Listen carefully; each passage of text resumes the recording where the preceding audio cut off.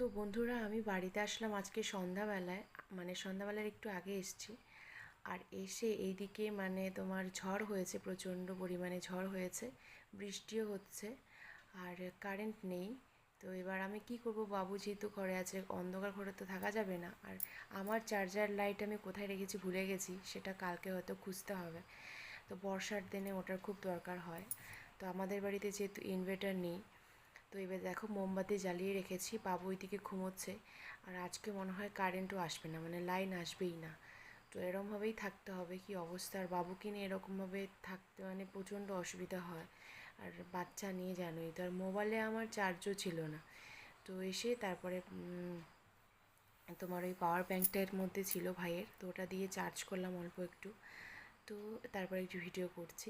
তো আসার সময় ভাবলাম যে ভিডিও করবো, কিন্তু আমার মোবাইলে চার্জই ছিল না। ওই দিকেও আমার বাবার বাড়ির ওই দিকেও সেম।